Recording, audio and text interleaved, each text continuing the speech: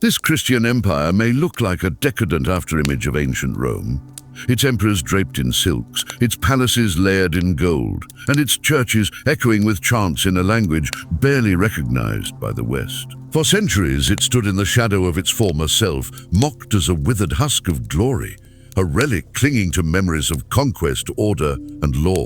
But that perception is deeply misleading, because this empire didn't merely survive the collapse of the Roman world. It adapted, it transformed, and in doing so, it became something far more enduring. For nearly 1,000 years after Rome fell to barbarian blades, Constantinople stood, a beacon of wealth, learning, and power on the edge of two continents.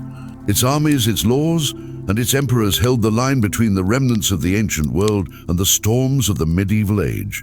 The Byzantine Empire was not just the last whisper of Rome. It was a civilization reborn, forged in crisis, tempered in faith, and destined to become one of the longest-lasting empires in human history. So take a moment, settle in, and let the noise of the modern world fade, because this is not just a story of kings and wars, of palaces and cathedrals. It is the story of an idea that refused to die. Join us as we journey through centuries of resilience, faith, and transformation. The entire story of the Byzantine Empire begins now. If this empire hadn't reformed and persisted, if its emperors hadn't reshaped law, faith, and war, then the memory of Rome would have ended not with a fall, but a forgotten whisper. The ancient world did not vanish all at once. It fractured, bled, and slowly dissolved under waves of invasion, disease, and disarray. Western Europe crumbled into chaos. Roads fell silent, cities decayed, literacy withered, but in the east, something held. Byzantium became the shelter in the storm. The last great vessel carrying the laws of Roman jurists, the philosophies of Athens, the sciences of Alexandria, and the sacred texts copied by candlelight in stone monasteries. Had it too collapsed in the 5th or 7th century, what remained of the classical world might have vanished entirely.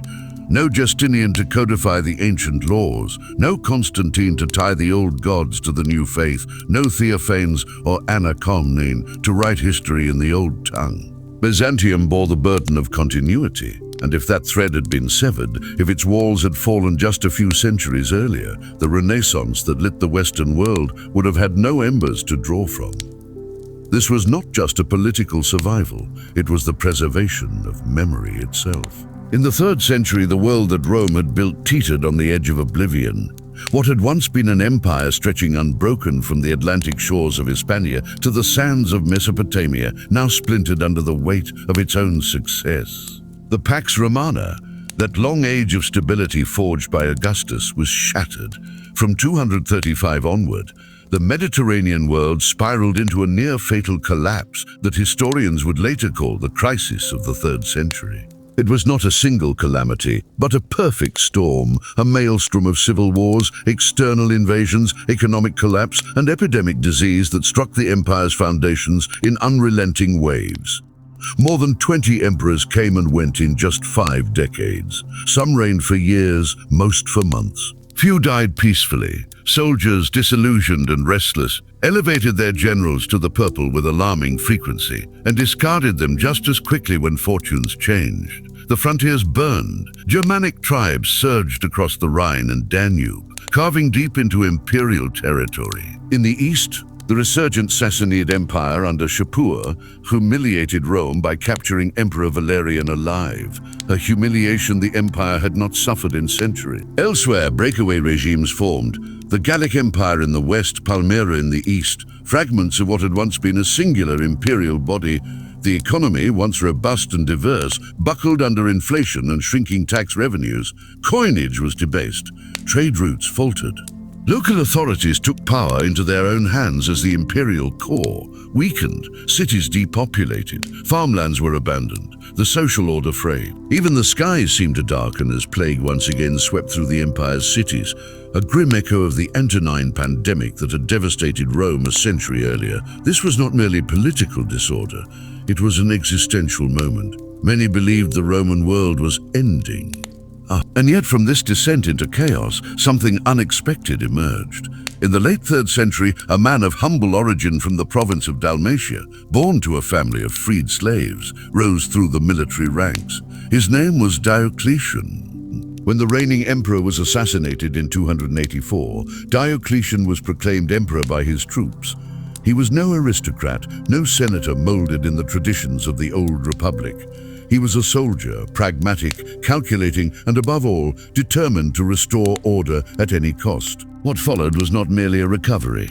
It was a reinvention of empire. Diocletian recognized that no single man could effectively govern a territory as vast and fragmented as Rome's. He instituted the Tetrarchy, rule by 4. The empire was divided into eastern and western halves, each governed by a senior emperor, the Augustus, and a junior emperor, the Caesar, who would serve as heir and deputy. Diocletian took the wealthier, more urbanized east for himself, appointing his trusted comrade Maximian to rule the west. Beneath this formal arrangement, new administrative divisions were created, tax systems reformed, provinces reorganized, and the separation of civil and military authority was rigorously enforced to prevent local governors from becoming warlords.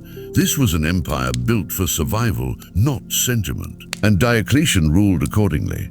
He introduced stringent price controls in an effort to contain inflation.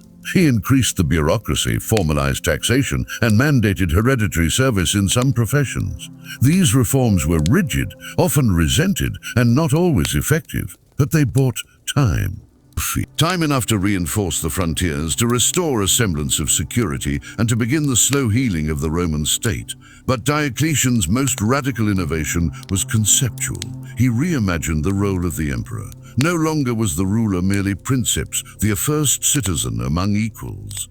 Diocletian elevated himself as Dominus et Deus, a lord and god. Drawing on Persian court ritual, he wrapped the imperial office in divine mystique. Access to the emperor became tightly controlled.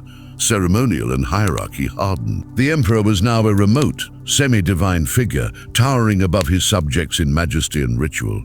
It was the birth of an imperial theology that would echo through Byzantine corridors for centuries to come. And then, in a stunning and almost unprecedented gesture, Diocletian did something few emperors dared. He retired. In 305, he voluntarily abdicated, retreating to his palace in modern-day Croatia to tend to his gardens, leaving the empire to his successors. But his tetrarchic system did not hold. Within a few years, the empire once again descended into a contest for power. Among the contenders stood the son of one of Diocletian's former tetrarchs, a man who would fundamentally alter the trajectory of the Roman world. His name was Constantine. Constantine emerged from the brutal succession, struggles following Diocletian's abdication as a shrewd and ambitious general.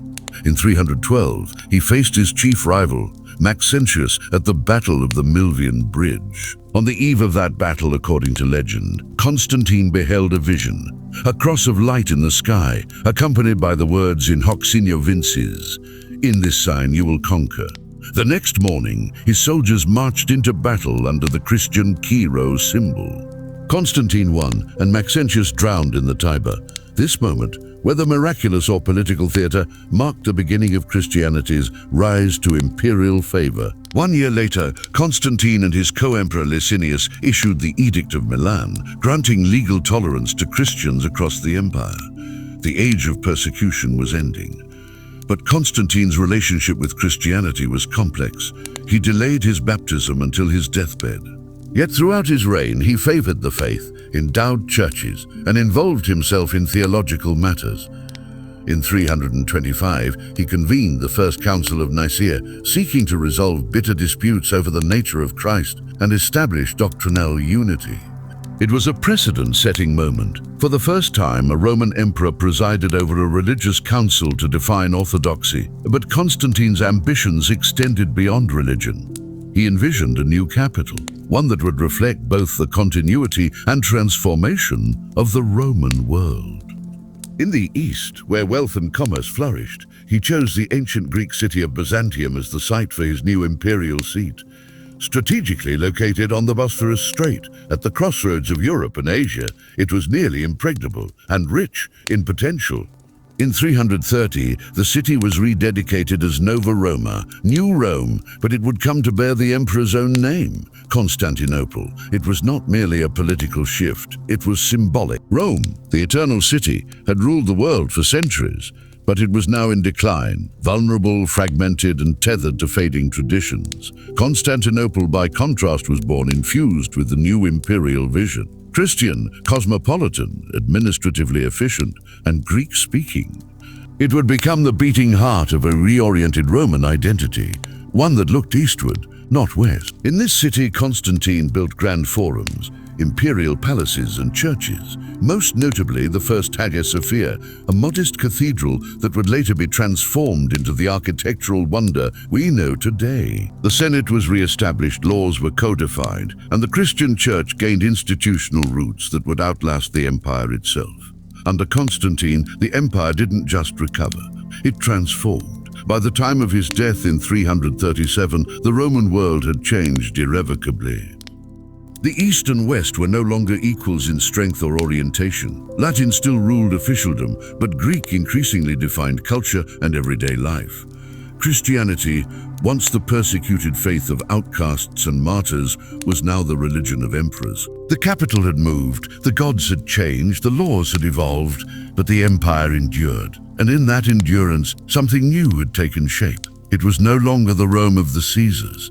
It was not yet the Byzantium of medieval glory. But in this crucible of collapse and rebirth, in the reforms of Diocletian, the conversion of Constantine, and the founding of Constantinople, a new kind of empire had begun to stir, one that would preserve the ancient world's flame, even as the western provinces crumbled into silence. This was not survival, this was resurrection. By the 5th century, the Roman world was a mosaic of decline. In the West, the great imperial cities of Gaul and Hispania fell quiet.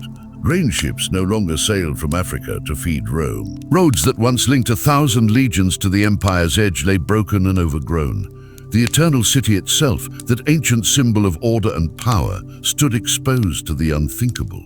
In 410, for the first time in 8 centuries, foreign warriors entered its gates. The Visigoths sacked Rome, and the psychological shock rippled across the Mediterranean. Geography played a role.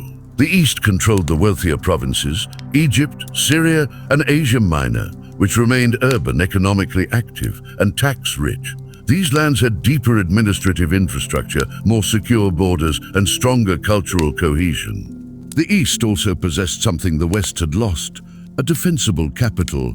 Constantinople was not just a city, it was a fortress. Built on a triangular peninsula surrounded by water on 3 sides, protected by walls that would become legendary, it was perhaps the most secure urban center in the world. The Theodosian walls, completed in the early 5th century, formed a triple line of defense: an outer moat, a middle wall with towers, and a massive inner barrier that loomed over attackers.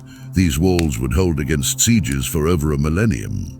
Barbarians who could sack Rome could not touch the Queen of Cities. Yet survival required more than stone and steel. The Eastern emperors understood that in a world unraveling, stability required vision and adaptation. The administrative reforms begun under Diocletian and Constantine matured in the 5th century. Civil service roles became professionalized, taxation was standardized. Military commands were more carefully separated from civil authority to prevent local warlords from seizing power. The court grew increasingly ceremonial, borrowing elements from Persian and Hellenistic traditions to elevate the emperor above factional strife. This wasn't mere pomp, it was strategy. It reinforced hierarchy in a time of uncertainty.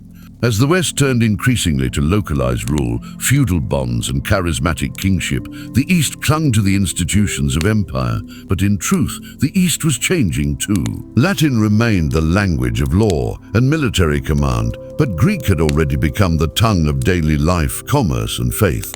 In Constantinople, the rhythms of public life echoed not those of Republican Rome, but of the Hellenistic polis. Theaters, forums, and churches shaped civic identity. Education flourished. Aristocrats sent their sons to study Homer, Plato, and legal theory. Even as the Western cities decayed, the Eastern metropolises, Alexandria, Antioch, and Constantinople, remained vibrant, literate, and connected by sea routes that carried grain, silk, and incense. And above all, there was the Church. The 5th century witnessed the final fusion of imperial power and Christian faith. While earlier emperors had supported Christianity as a pillar of unity, now it became the central defining feature of the imperial identity. The Roman world that had once knelt before Jupiter and Mars now worshipped Christ, and the emperor was not merely Caesar, he was God's chosen ruler on earth. Councils convened to define doctrine. The Council of Ephesus in 431 and the Council of Chalcedon in 451 shaped Christian orthodoxy with imperial authority behind them. Theological disputes, particularly about the nature of Christ, consumed bishops and emperors alike. These were not abstract debates. They sparked riots in the streets of Constantinople, Alexandria, and Antioch. But despite these tensions, the imperial system proved flexible enough to absorb them. Heresies were condemned, schisms emerged, but the empire did not fracture. Instead, a new synthesis began to emerge, one that would define the Byzantine identity for centuries to come. It was Christian, yes, but also deeply classical. It was Roman in name, Greek in language, and Orthodox in belief. It venerated ancient learning even as it pursued divine truth. It crowned emperors not merely with laurel, but with anointing oil. Its public rituals fused imperial majesty with liturgical solemnity. The people of the Eastern Empire began to see themselves not just as Romans in a traditional sense, but as part of a sacred order, guardians of a Christian imperium ordained by God. This ideological shift had profound consequences. As the West fragmented into barbarian kingdoms and the papacy filled the power vacuum, Constantinople increasingly viewed itself as the center not just of empire, but of civilization. The emperors regarded themselves as universal sovereigns, even if much of their former territory was now gone. When Odoacer deposed Romulus Augustulus in 476, the Eastern Emperor Zeno did not mourn. He accepted Odoacer as a nominal subordinate and continued to claim suzerainty over the West, even as he knew that claim was hollow. From Constantinople's perspective, the West had not truly fallen. It had merely lapsed. This perspective would guide imperial policy for centuries. The goal was never to replace the Western Empire with something new. It was to preserve the empire until the West could be reclaimed. Meanwhile, urban life in the East evolved. Constantinople grew in population and prestige. The Hippodrome buzzed with political and religious energy, where chariot races served as both sport and state theater. Factions like the Blues and Greens dominated not only racing, but theological debate and social unrest. Palaces multiplied. Monasteries were founded. Public baths, aqueducts, and grain distributions continued. Echoes of ancient Rome adapted to a new age. Outside the capital, cities like Thessalonica, Nicaea remained vital administrative and economic hubs. Unlike the West, where cities shrank into villages, the East maintained urban continuity. This was not incidental. The strength of urban institutions allowed for better communication, more efficient tax collection, and faster military mobilization. The 5th century was thus an age of profound contrasts. In the West, a long twilight descended, broken roads, abandoned villas, and the rise of barbarian chieftains who wore Roman names but followed Germanic codes. In the East, an empire persisted, leaner, more cautious, but intact. And more than intact, transformed. What emerged in the East during this century was not merely a preserved remnant of Rome. It was a new organism, a Christian imperial order bound by bureaucracy, belief, and Byzantine endurance. The Byzantine identity, though not yet called by that name, was taking root. This new Rome was no longer dependent on the legions of the West or the forums of the old capital. It looked eastward across the Aegean into Anatolia, Syria, and beyond. It saw itself as heir to Alexander as much as to Augustus. It read the Gospels with the same reverence it once gave to Virgil. It saw in Constantinople not a substitute but a successor. By the end of the 5th century, it was clear the Roman world had split. The western half had collapsed, scattered into Gothic, Vandal, and Frankish kingdoms. The eastern half, more centralized, more religious, more Greek, had endured. But this was no longer the Rome of old. It was becoming something else, something distinct. It was not survival through inertia. It was survival through change. By the 6th century, the Eastern Roman Empire stood at a crossroads.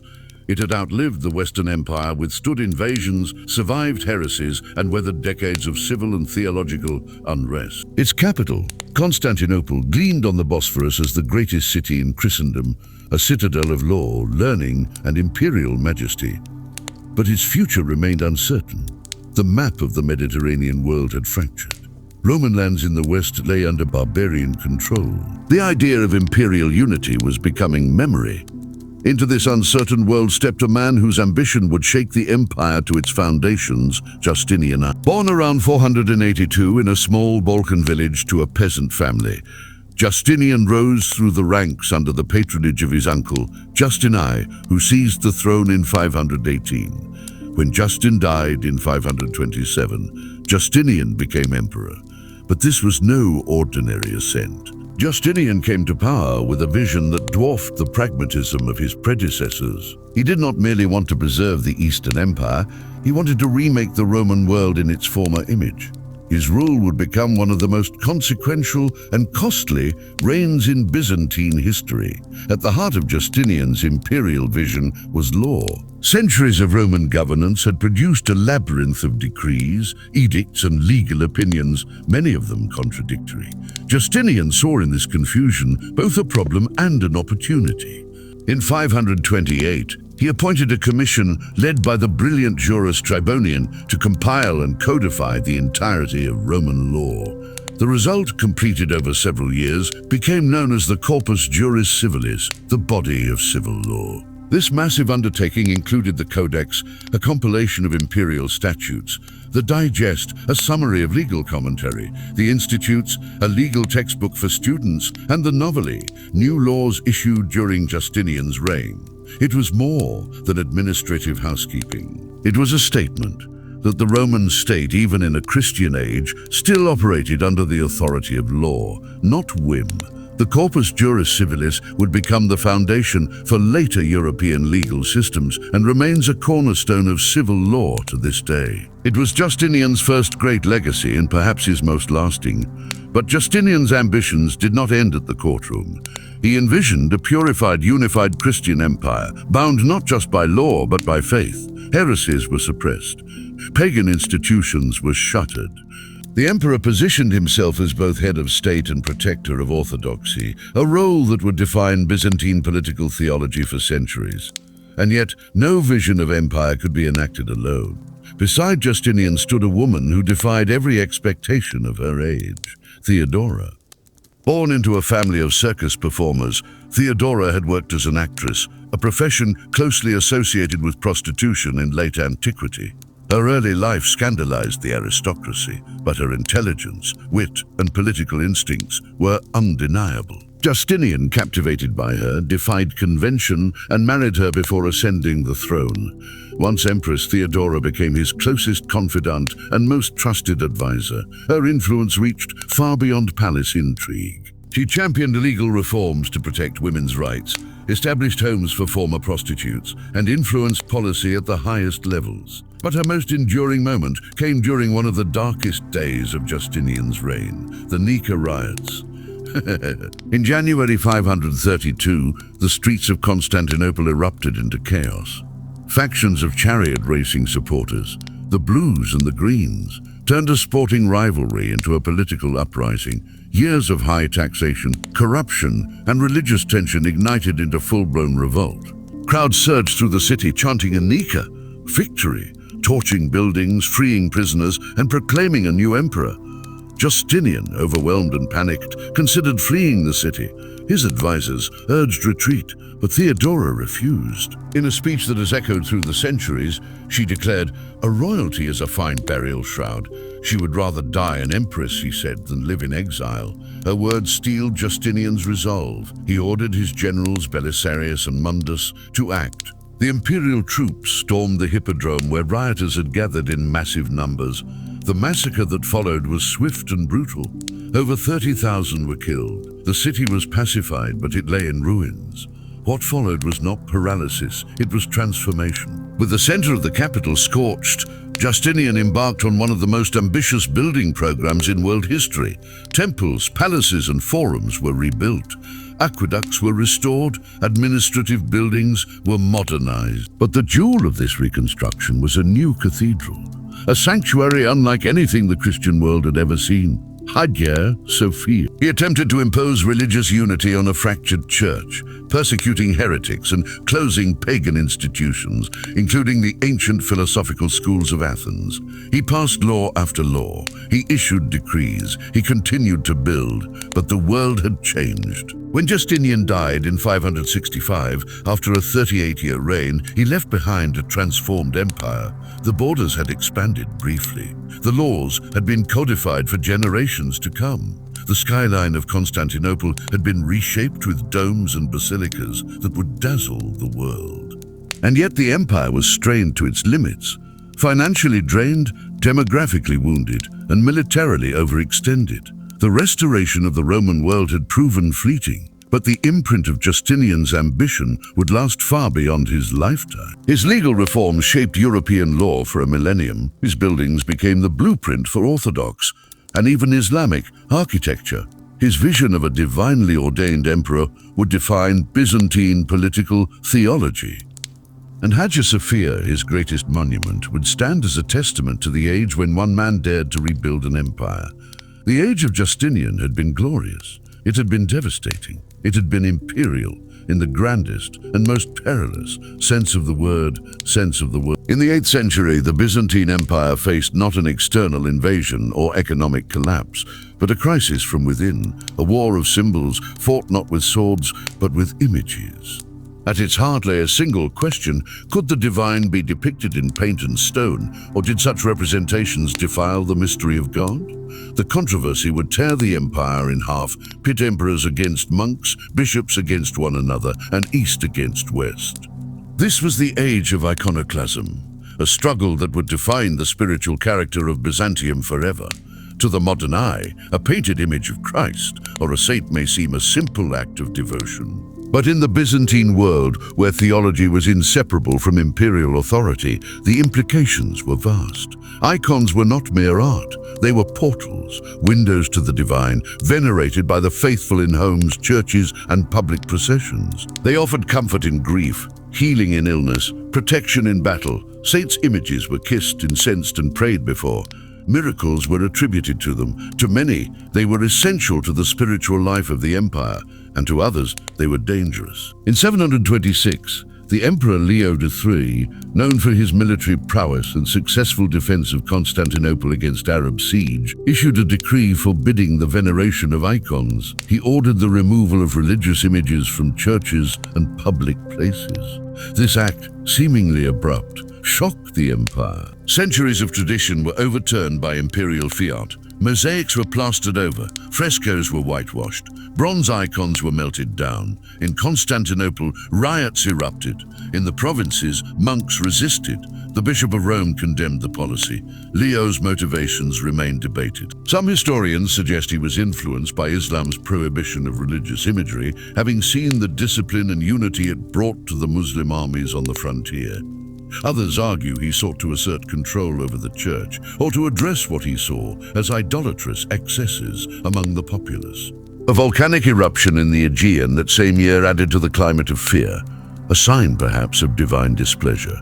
Whatever the cause, Leo's policy sparked a civilizational schism. His son, Constantine V, took iconoclasm even further. A capable and energetic ruler, Constantine convened a council at Hieria in 754, which formally banned the use of icons in worship and declared their veneration heretical. For the first time, iconoclasm had official theological backing. Icons, the council claimed, confused the natures of Christ.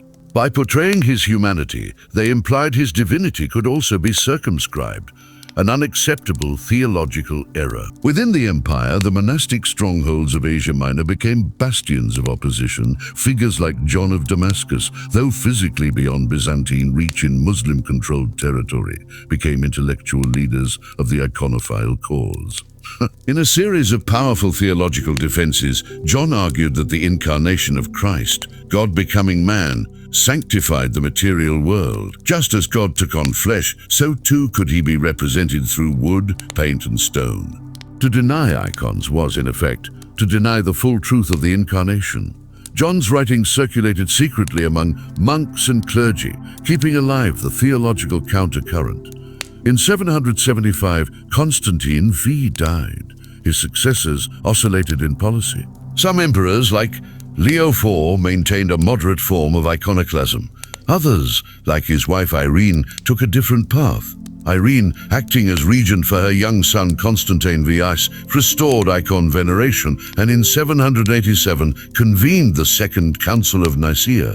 The council, attended by bishops from across the empire, formally rejected iconoclasm and affirmed that icons could be venerated, not worshipped, as a way of honoring the figures they represented. The council restored icons to churches, reasserted the role of images in devotion, and attempted to heal the deep wounds left by the iconoclast era. But the controversy did not end there. In 815, a new emperor, Leo V, reintroduced iconoclasm, beginning what historians call the Second Iconoclast period. While less violently enforced than under Constantine V, this second wave still saw suppression of iconophile clergy, removal of images, and renewed imperial control over church doctrine. Throughout this period, the deeper struggle continued. It was not just about images. It was about the soul of Byzantine identity. The iconoclast emperors portrayed themselves as reformers, purging superstition, centralizing power, and defending a purer vision of Christianity. They saw the iconophile tradition as a threat to imperial unity, too tied to monastic independence and popular piety. In suppressing images, they also reasserted the primacy of the state over the church. But to many, iconoclasm was a betrayal, not only of tradition, but of the mystery at the heart of the faith. The icon for them was not a luxury. It was a necessity, a bridge between heaven and earth, a visible sign of invisible grace. The final resolution came in 843, under the regency of Empress Theodora, who ruled on behalf of her young son Michael III.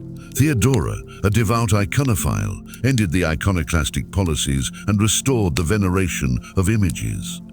On the first Sunday of Lent in that year, a great procession was held in Constantinople, carrying icons back into the churches in triumph.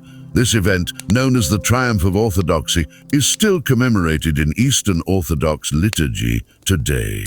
With it, the Byzantine Empire did more than settle a theological debate. It defined itself. The victory of the iconophiles marked a turning point in Byzantine spirituality. It affirmed a worldview in which the material could bear the divine, in which art, architecture, ritual, and symbol became vessels of sacred truth. It reinforced the centrality of visual culture in worship. It elevated the role of monasticism as a moral compass of the empire. And it established that emperors, however powerful, could not dictate doctrine alone. The long struggle over icons also deepened the cultural rift between East and West. The papacy, already estranged by political and linguistic differences, had opposed iconoclasm from the start. The controversy confirmed that Constantinople and Rome were drifting apart, not just in politics, but in vision.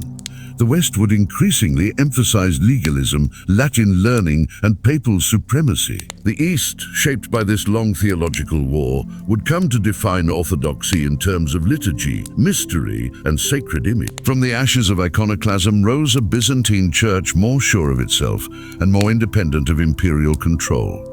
The art that followed reflected this new certainty. Icons became more standardized, their features more stylized, their forms more symbolic. The iconographer was no longer simply a painter. He was a theologian in color and line. Icons were not meant to imitate nature, but to reveal eternity.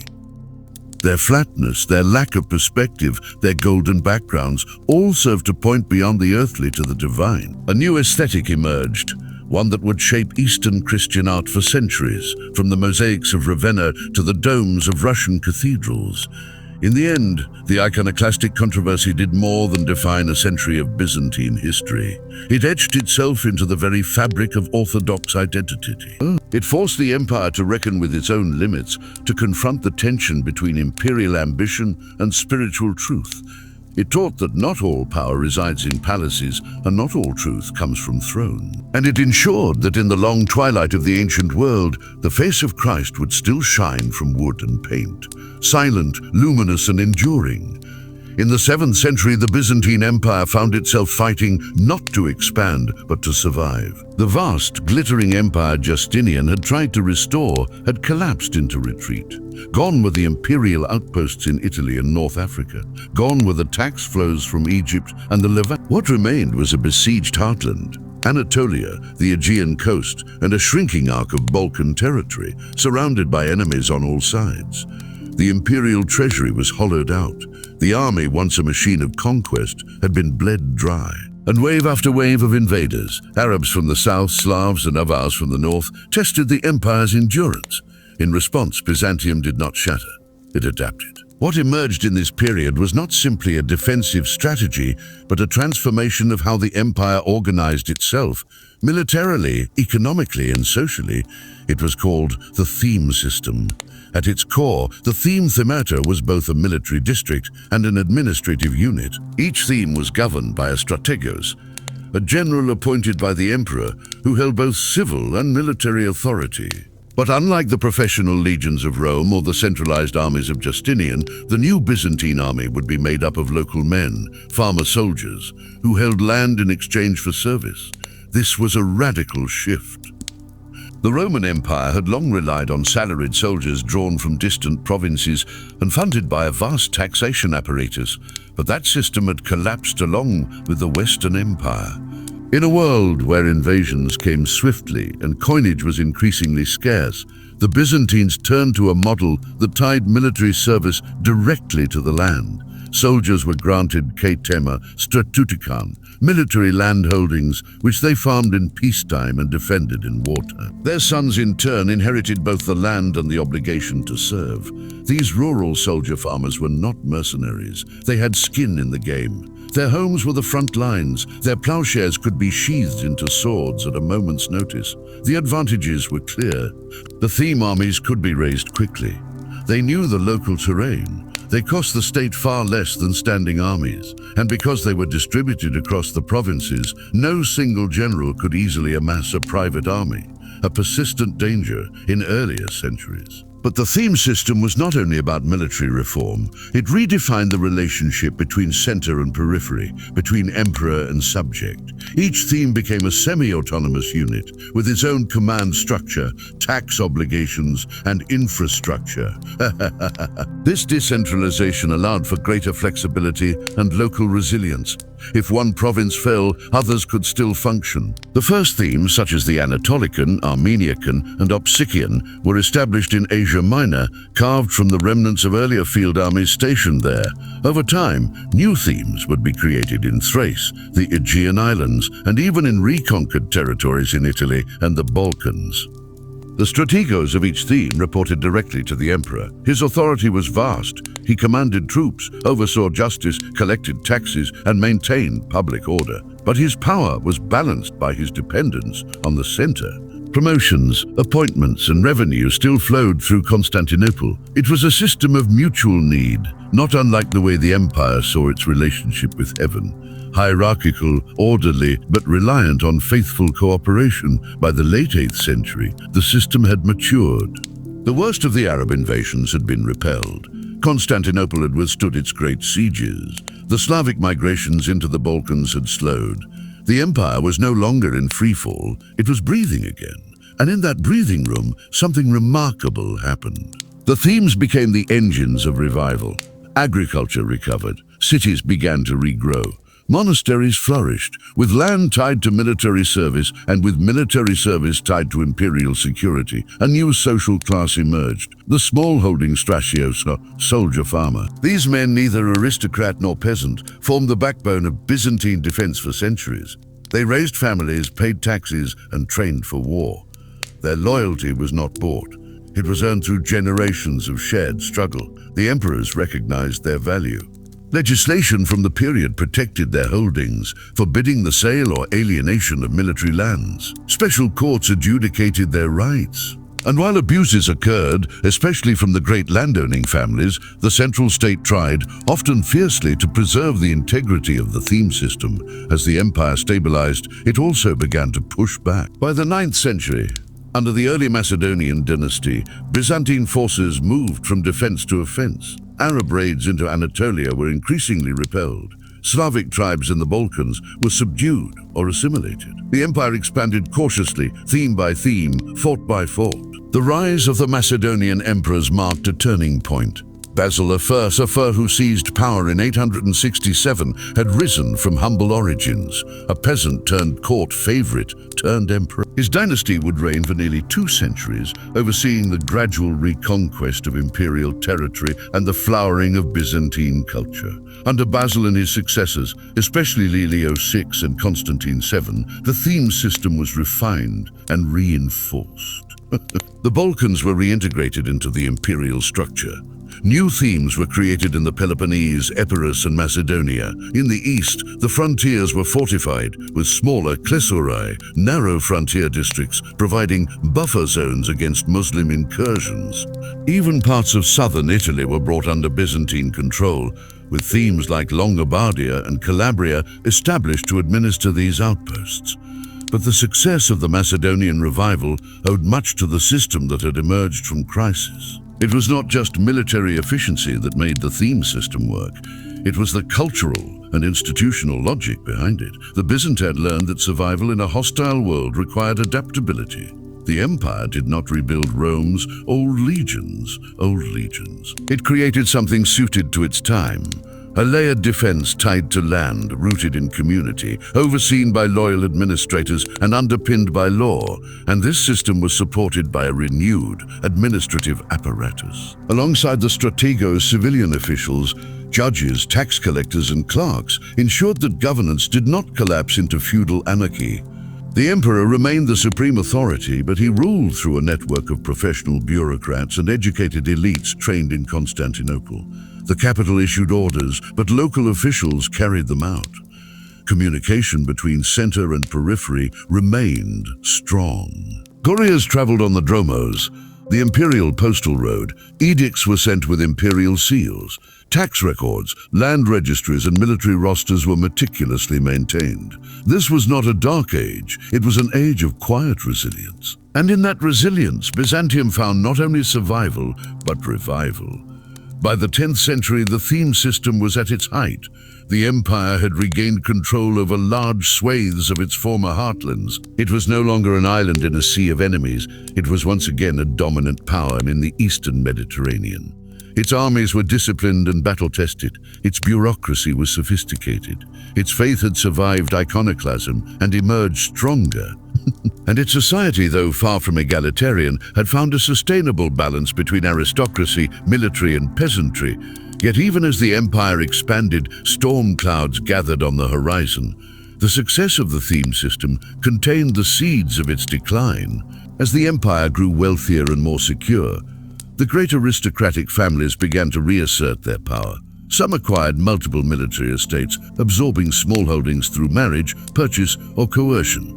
Others undermined the legal protections intended to preserve the soldier-farmer class.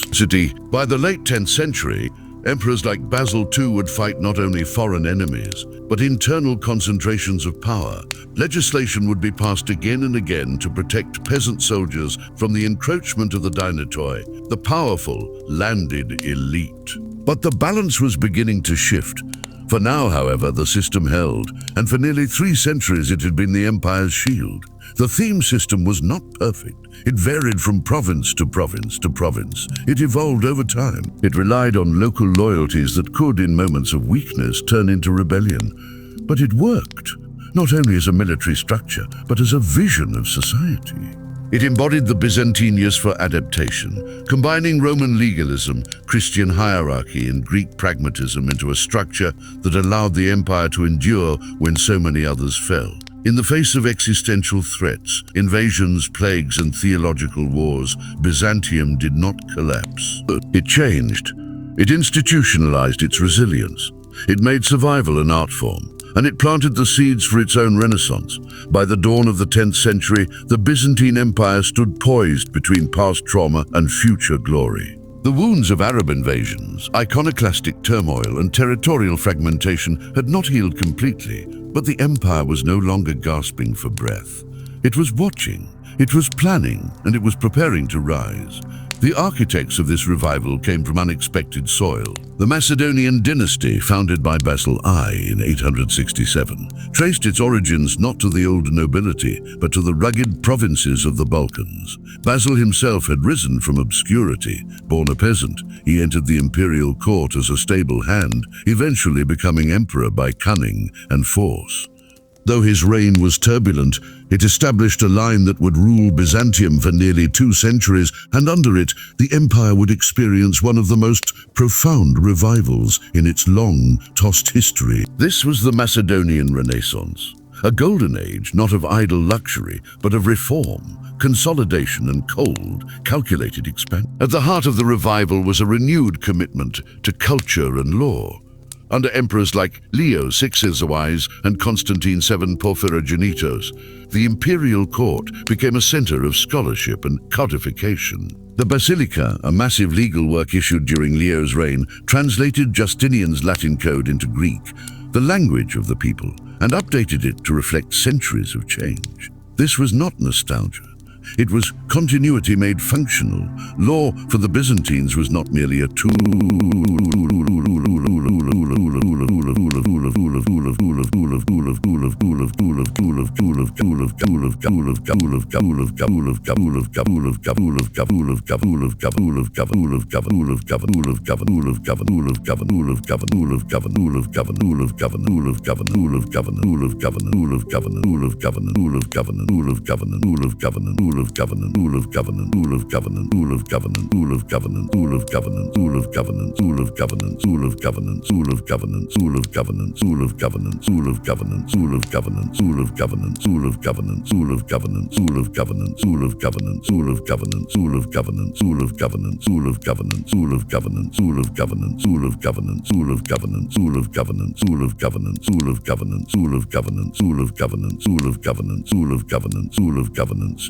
It was a mark of civilization, a declaration that even in a world of ambition, betrayal, and holy war, order still reigned from Constantinople. Leo VI also produced treatises on military tactics, theology, and diplomacy. His works, compiled in the Tactica, offered guidance for commanders confronting a wide range of enemies, from Arab raiders to Bulgarian kings. These were not just theoretical musings. They were strategic manuals from a state that had once again found its confidence. Art and architecture reflected this resurgence. Churches across the empire were restored or newly constructed, adorned with mosaics of staggering intricacy. Icons, now fully restored to legitimacy after the iconoclastic era, were painted with stylized precision, their golden backgrounds reflecting a world in which the divine seemed not distant, but watchful. Manuscripts were copied, classical texts preserved, and new theological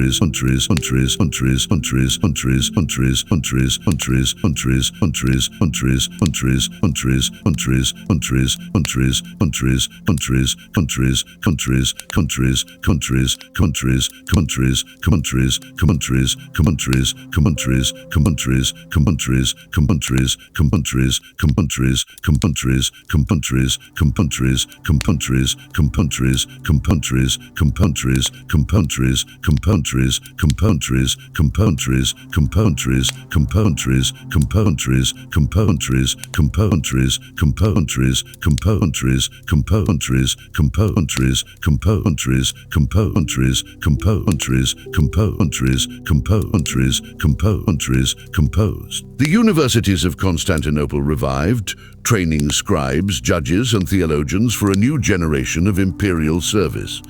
The capital itself stood as a marvel. Constantinople in the 10th century was the envy of the world, its harbors crowded with ships, its markets alive with spices, silks and silver, its palaces echoing with ceremonial splendor. Imperial processions blended Christian liturgy with Roman imperial theater, reminding all who watched that the old world had not ended. It had simply changed costumes. Yet no figure looms larger in this era than Basil Saul. Crowned co-emperor in his youth in 960, Basil spent decades in the shadow of regents, generals, and aristocrats who ruled in his name. But when he seized full control of the throne in 976, he ruled not as a poet or philosopher, but as a warrior. His reign would last nearly 50 years, the longest in Byzantine history, and it would be marked by a single, unrelenting objective: to assert total imperial authority, no matter the cost. His enemies were not only foreign. Basil inherited an empire whose internal stability was threatened by the Dynatoi, the great landowning families who had grown rich and powerful under weak emperors. These families, often controlling multiple themes, undermined the smallholder base of the army and challenged imperial taxation. Basil moved against them with ruthless efficiency.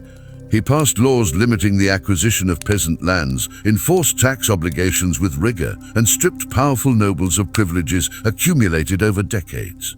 He ruled with icy detachment, unencumbered by marriage, heirs, or courtly indulgence. Basil's life was war, and his empire was his instrument. Nowhere was this clearer than in his campaigns against the Bulgarian Empire. For decades, the Bulgarian Tsar Samuel had raided Byzantine lands, carved out territories across the Balkans, and defied Constantinople's authority. Basil responded with methodical vengeance. His campaigns, beginning in the 980s, were slow, grinding, and unrelenting. He secured fortresses, controlled mountain passes, severed supply lines. He did not seek glory on a single battlefield. He sought exhaustion. In 1014, at the Battle of Cladion, Basil II crushed the Bulgarian army in a narrow pass. What followed became legend. According to chroniclers, he ordered the surviving 14,000 Bulgarian prisoners to be blinded, leaving one in every 100 with a single eye to guide the rest home. When Tsar Samuel saw his mutilated soldiers return, he reportedly collapsed and died of shock.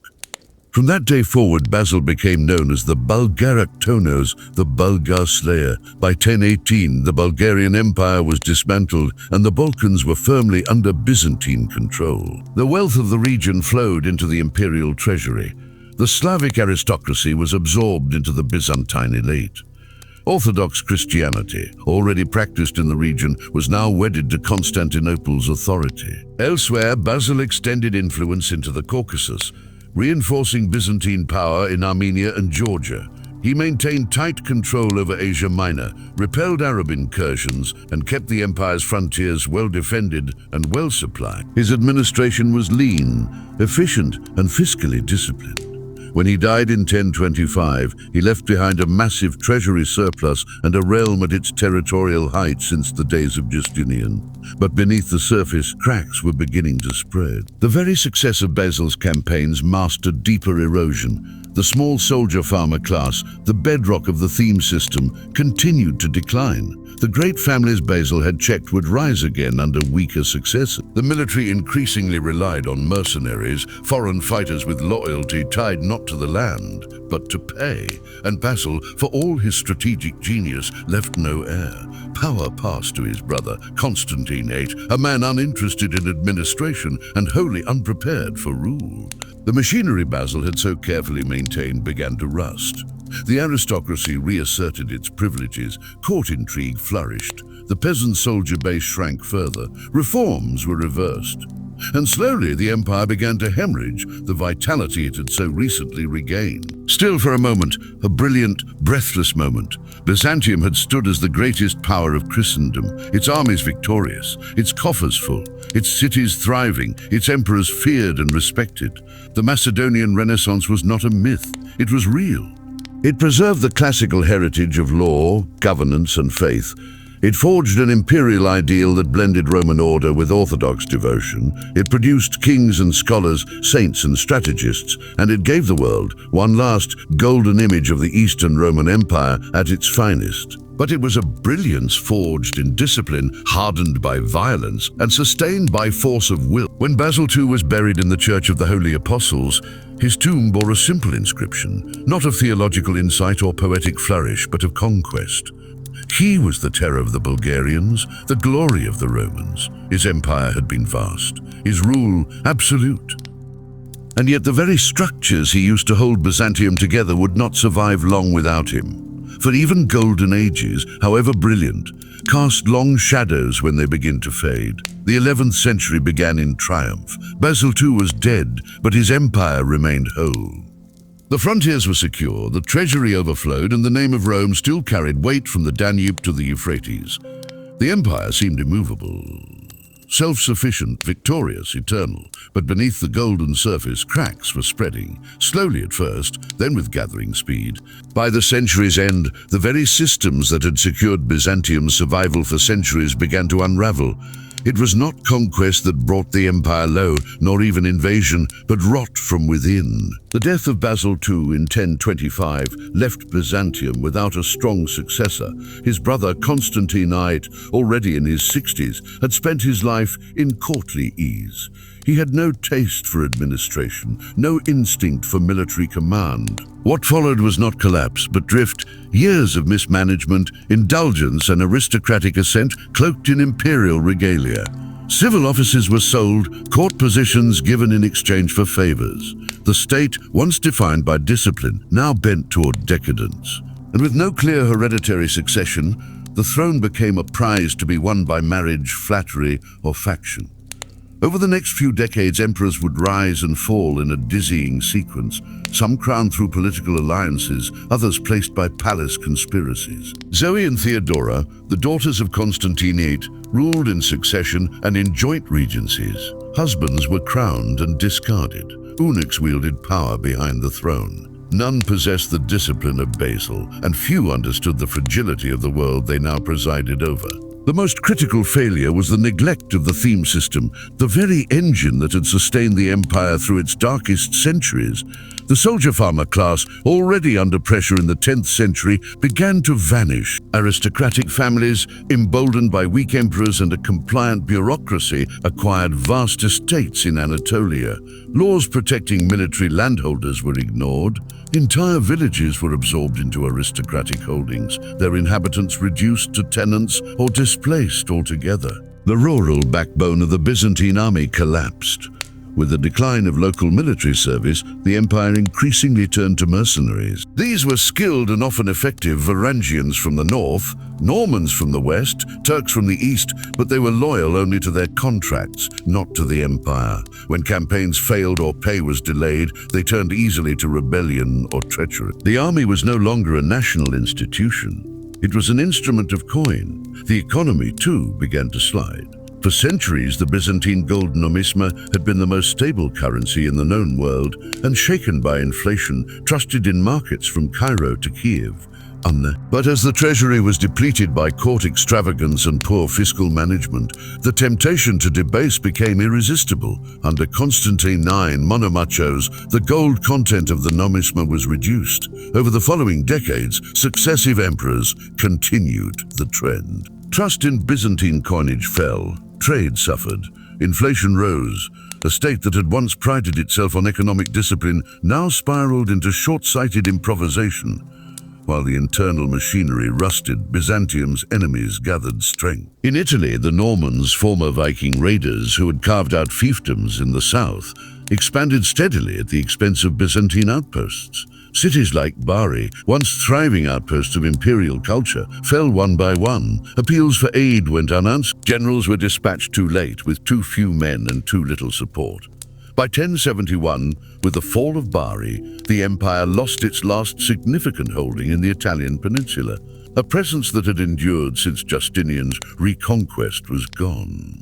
But it was in the east that the most devastating blow would fall. In the heartlands of Anatolia, once the breadbasket and recruitment center of the empire, a new power had risen, the Seljuk Turk. Pushing westward from Persia, these nomadic warriors had converted to Islam and carved out emirates across former Sassanid lands.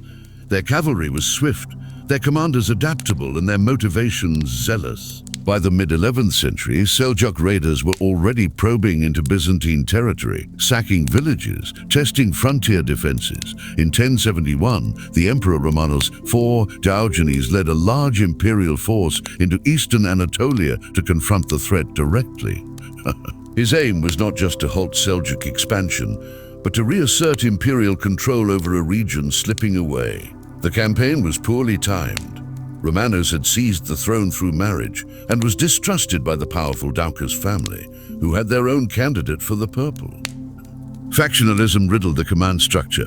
Loyalty to the emperor was uncertain. At Manzikert, near Lake Van, Romanos encountered the Seljuk Sultan Alparslan. What followed was not simply a defeat, it was a catastrophe.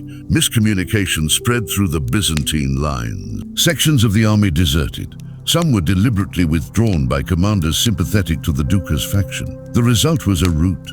Romanos was captured, and though Alparslan treated him with unexpected courtesy, the damage was done. The defeat at Manzikert broke the empire's hold over central Anatolia. In the power vacuum that followed, Turkish nomads flooded into the region, not as temporary raiders, but as settlers. Entire cities and rural districts passed out of imperial control. Greek landowners fled westward. Monasteries were abandoned. The themes, already hollowed out by aristocratic expansion, now vanished in whole provinces. Within a generation, large swaths of Asia Minor, the very heart of the Byzantine world, were lost. Worse still, the defeat triggered a civil war. Upon his release, Romanos was betrayed, blinded, and left to die in a monastery. The Doukas dynasty seized power, but its leaders were too weak to reverse the empire's collapse in Anatolia. They had won the throne, but lost the empire. Even as territory crumbled, another rupture was taking place, less visible but equally permanent. In 1054, the Great Schism between the Eastern and Western churches became official. Tensions had simmered for centuries. Over theology, language, authority, and ritual, the East celebrated the divine liturgy in Greek, the West in Latin. The East leavened its bread. The West did not. The East saw the Patriarch of Constantinople as first among equals. The West saw the Pope as the sole vicar of Christ. The addition of the Filioque clause to the Nicene Creed by the Western Church, asserting that the Holy Spirit proceeded from the Father and the Son, became a flashpoint. The Byzantines saw it as a theological innovation, an insult to the established creed, and a symbol of papal arrogance. In 1054, a papal delegation entered Hagia Sophia during the Divine Liturgy and laid a bull of excommunication on the altar. The Patriarch of Constantinople responded in kind. While the schism was not universally recognized at first, many believed reconciliation might follow. It marked the formal beginning of the split between Roman Catholicism and Eastern Orthodoxy. It severed the last fragile bonds between East and West at a time when unity was most needed. The empire now stood isolated. The Latin West saw it as decadent, heretical, and weak. The Islamic world saw it as a fading obstacle to conquest. The Slavic world, though orthodox in faith, drifted in its own orbit, and the internal rot of institutions, currency, military power left Byzantium vulnerable to shocks it could no longer absorb. This was no dramatic fall. It was a slow suffocation. By the end of the 11th century, the empire remained, but in name only. Its borders had shrunk. Its military was compromised. Its currency was degraded. Its legitimacy was fractured. The heart of Anatolia was gone. The unity of Christendom had shattered. And in the halls of Constantinople, emperors continued to rule, surrounded by eunuchs, protocol, and ceremony, but without the power to control the storm. The tragedy of the 11th century was not that Byzantium was conquered. It was that it decayed. In 1081, the Byzantine Empire was broken. Its heartland in Anatolia had been overrun by Turkish settlers. Its military lay fragmented, riddled with mercenaries, and led by divided factions. Its coinage had been debased, its trade eroded, its church estranged from Rome. The humiliation at Manzikert had not simply been a battlefield defeat. It had exposed the decay at the core of an imperial system too long sustained by inertia. Civil war followed. Factions bled the state dry. And Constantinople, that great citadel of marble and gold, found itself surrounded by enemies and abandoned by history. And yet Byzantium did not vanish. From the aristocratic networks of the military elite emerged a man of formidable pragmatism and relentless resolve, Alexios Komnenos. Young, ambitious, and descended from a noble family with deep military credentials, Alexios seized power in a coup at the age of 24, installing himself as emperor in the same capital that had chewed up and spat out a dozen claimants before him. But Alexios was different. He understood the empire's fragility. He had no illusions of imperial grandeur. His mission was not to restore past glory, but to stop the bleeding. The Comnenian restoration had begun. Alexios inherited a state on the brink. The treasury was empty. The Balkans were threatened by Norman invasions from Italy.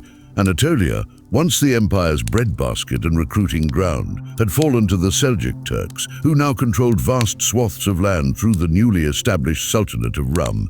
Entire provinces had vanished from the tax rolls. The themes were gone, and the peasant soldier had become a relic of memory. The army was a patchwork of underpaid regiments, foreign mercenaries, and politicized generals. To survive, Alexios acted boldly and often ruthlessly. His first major innovation was economic. With no resources to fund campaigns or pay troops, Alexios debased the currency further, but then replaced it with a more stable gold coin, the hyperpyron. He seized church treasures and melted them down to pay soldiers. He restructured the tax system and introduced extraordinary levies on the wealthy. These measures were unpopular, but they provided short-term liquidity, the oxygen needed to revive the imperial machine. Next came military reform. The theme system could not be resurrected.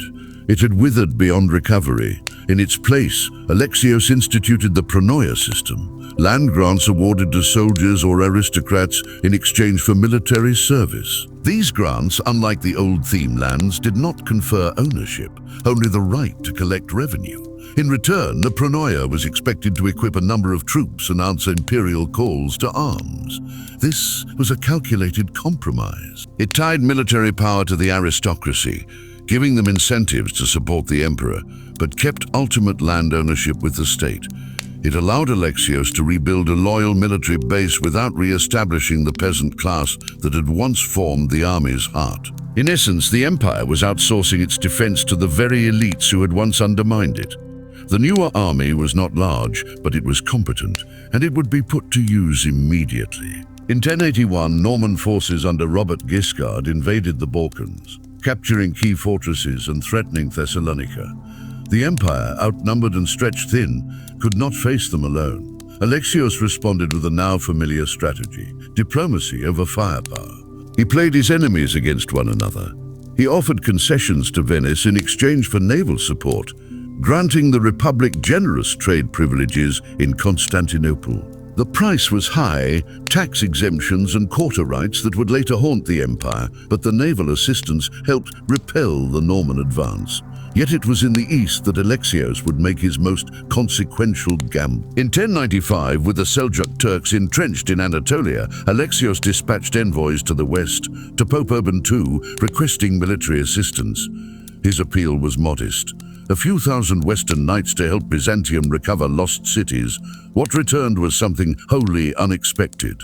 First Crusade. What began as a diplomatic plea triggered a movement of apocalyptic proportions.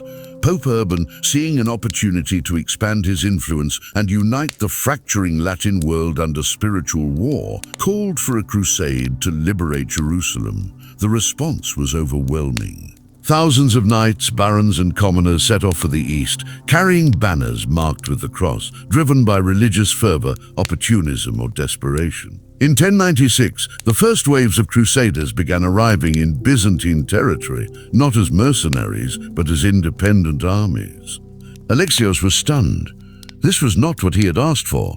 He had requested soldiers. What he received was a crusading swarm. The emperor acted with remarkable deftness. He received the leaders with honor, supplied their forces, and required oaths of vassalage from each one. In return, he promised logistical support and safe passage. Crucially, the Crusaders pledged to return any former Byzantine cities they reconquered to imperial authority. And so, in the years that followed, the Byzantine flag once again flew over key Anatolian cities: Nicaea, Sardis, Philadelphia. As the Crusaders pressed deeper into Syria and Palestine, Alexios dispatched troops to secure the western Anatolian coast. Through calculated diplomacy and limited engagement, he regained significant territory with minimal risk.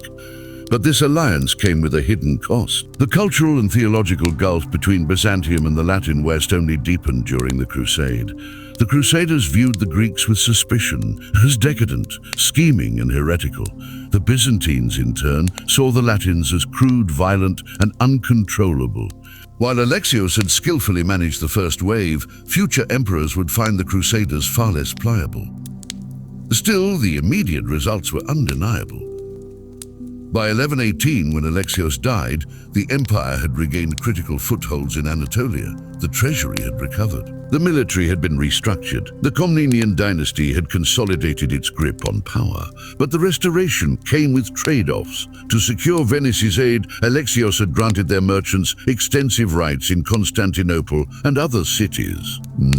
These privileges, later expanded, allowed the Venetians to dominate Byzantine commerce, undercutting local traders and reducing imperial revenue. The ports of the empire filled with Italian ships, and slowly economic sovereignty began to slip away. Militarily, the Pronoia system offered short-term gains, but it also entrenched aristocratic power in the provinces. Over time, Pronoias grew more independent, building their own networks of loyalty and operating beyond the reach of imperial oversight.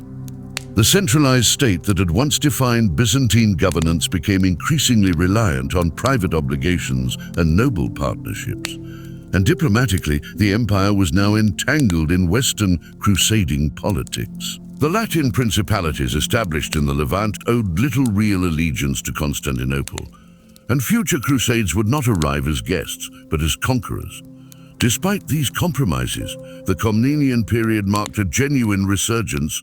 Under Alexios' successors John II and Manuel I, the empire expanded into Cilicia, held influence over Antioch, and reasserted authority in the Balkans. Diplomacy with Hungary, Armenia, and even the Muslim world kept the empire afloat amid rising tensions. Cultural life blossomed again. The court became a magnet for poets, theologians, and historians. Ceremonial splendor returned to the palace. The empire, battered and trimmed, had rediscovered its confidence.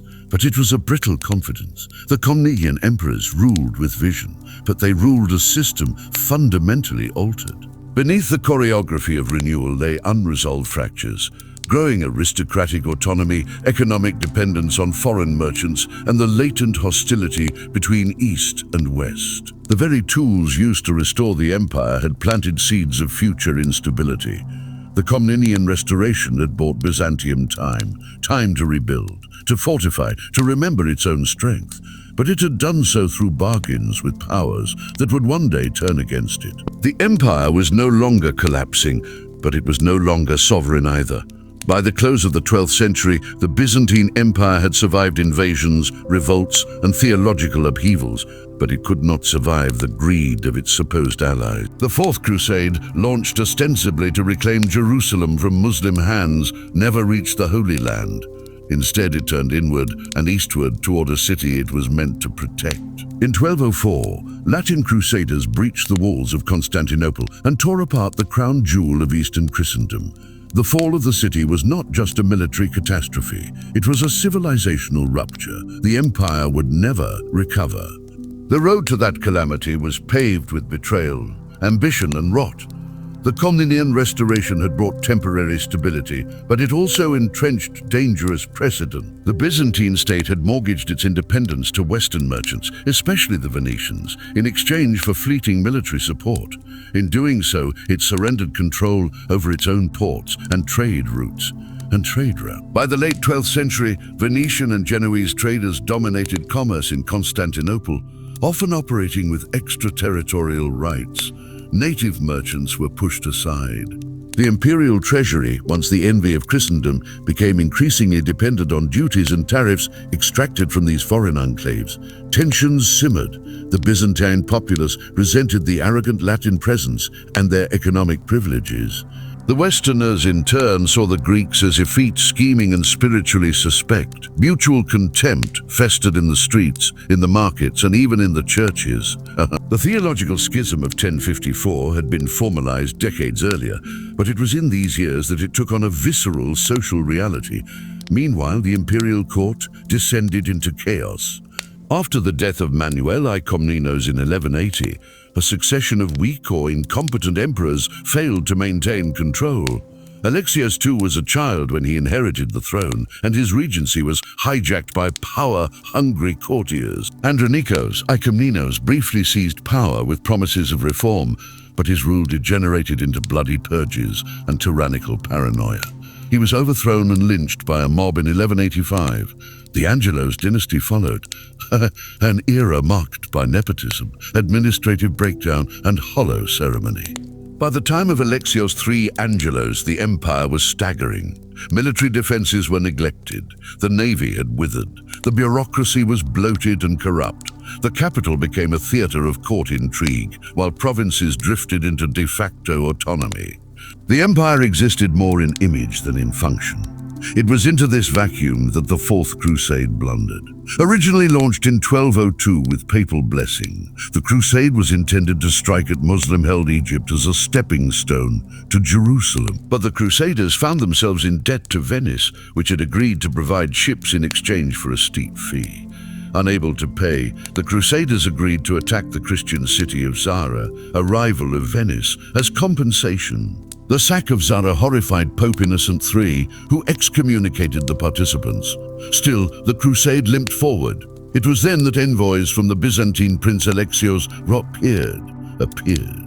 The young Alexios, son of the deposed and blinded Isaac II Angelos, promised the Crusaders gold, troops, and church unity if they would help him reclaim the throne from his usurping uncle, Alexios III. It was an irresistible offer to an army desperate for funds and legitimacy. The Crusaders turned toward Constantinople. In 1203, they laid siege to the city. The walls of Theodosian Constantinople, which had withstood centuries of sieges, held strong, but the people within were divided. Alexios III fled, and the Crusaders installed Alexios I, his father, as co-emperors. But the promised wealth did not materialize. The imperial treasury was empty. Popular resentment exploded. In 1204, Alexios IV was overthrown and murdered by a palace coup. The Crusaders, enraged and unpaid, launched a second assault. What followed was one of the most brutal sacks in medieval history. For 3 days, Latin Crusaders looted, raped, and burned the greatest city in Christendom. Churches were desecrated. Relics were stolen. The Hagia Sophia, the beating heart of Eastern Orthodoxy, was defiled. Its altars broken, its icons shattered. Nuns were assaulted. Palaces were torched. Priceless manuscripts were trampled. Gold and silver were stripped from walls, tombs, and sanctuaries. It was not conquest, it was annihilation. The city fell not to Islam, but to fellow Christians. In the aftermath, the Latin Empire of Constantinople was established. Baldwin of Flanders was crowned emperor in the Hagia Sophia. Byzantine territory was carved up among Latin barons, Venetian merchants, and opportunistic adventurers. What remained of the Byzantine elite fled to exile, establishing splinter states in Nicaea, Epirus, and Trebizond. The Byzantine world was shattered. Its unity lost, its prestige ruined, its people scattered. The psychological and cultural trauma of 1204 cannot be overstated. For Byzantines, it was a betrayal so profound that it reshaped their very identity. The West was no longer a rival, it was an enemy. The Orthodox world turned inward, nursing wounds that would never fully heal. The empire, restored in name in 1261, would never regain its former strength. The wealth was gone. The institutions were broken. The walls could be rebuilt, but the center had collapsed. The Fourth Crusade did not end Byzantium, but it made its death a question of time. From that point onward, the empire would be a ghost, haunted by glory, clinging to ceremony, struggling for breath in a world it no longer commanded. When the Byzantines retook Constantinople in 1261, it felt less like a triumph and more like the reoccupation of a memory. The Latin Empire had ruled the city for nearly 60 years, but its luster had faded quickly. Crumbling, divided and despised by the Greek populace, it was a ghost regime.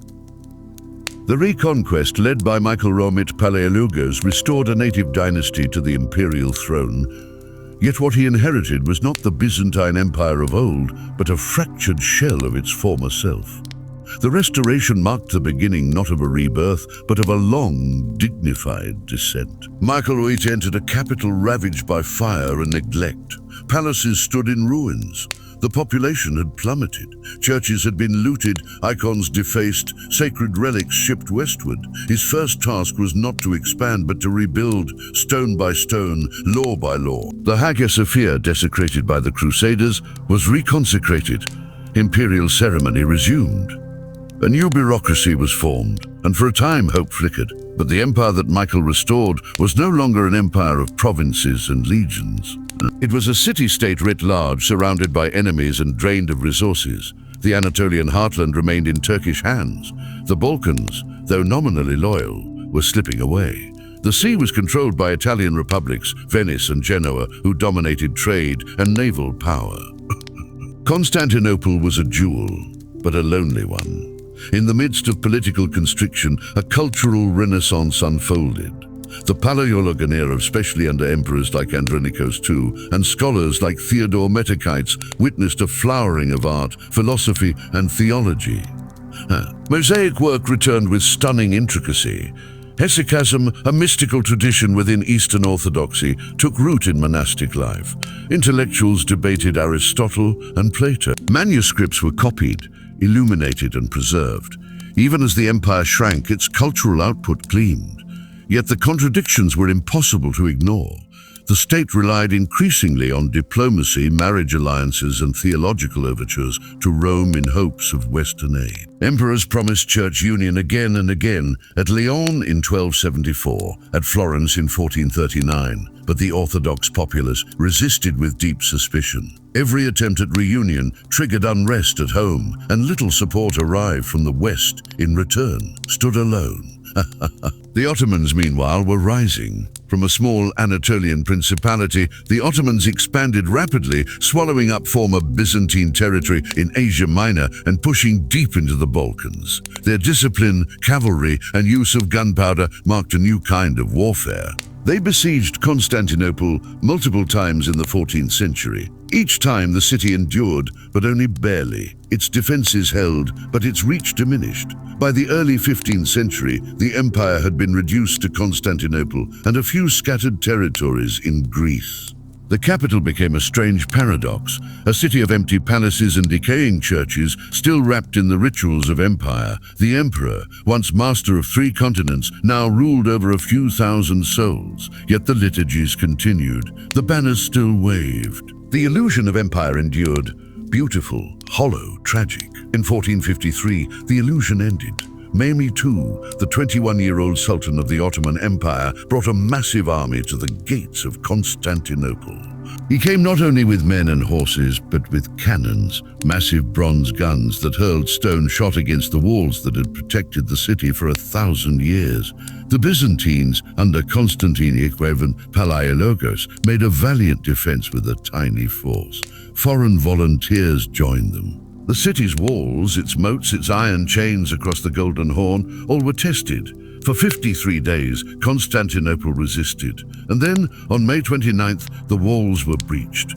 What followed was not the sack of 1204. Mehmed sought to preserve the city as his new capital. But the fall of Constantinople marked the end of Byzantium. Constantine Iquevan died in battle, sword in hand. Legend says he disappeared into the chaos to return one day when the city is free.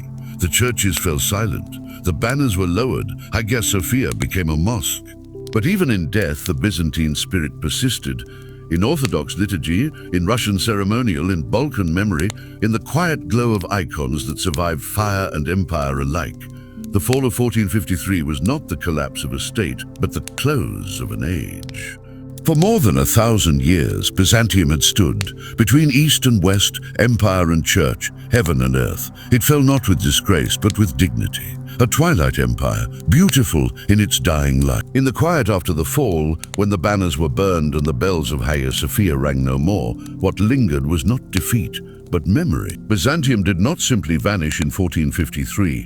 Its walls crumbled, its emperors died, and its lands were taken.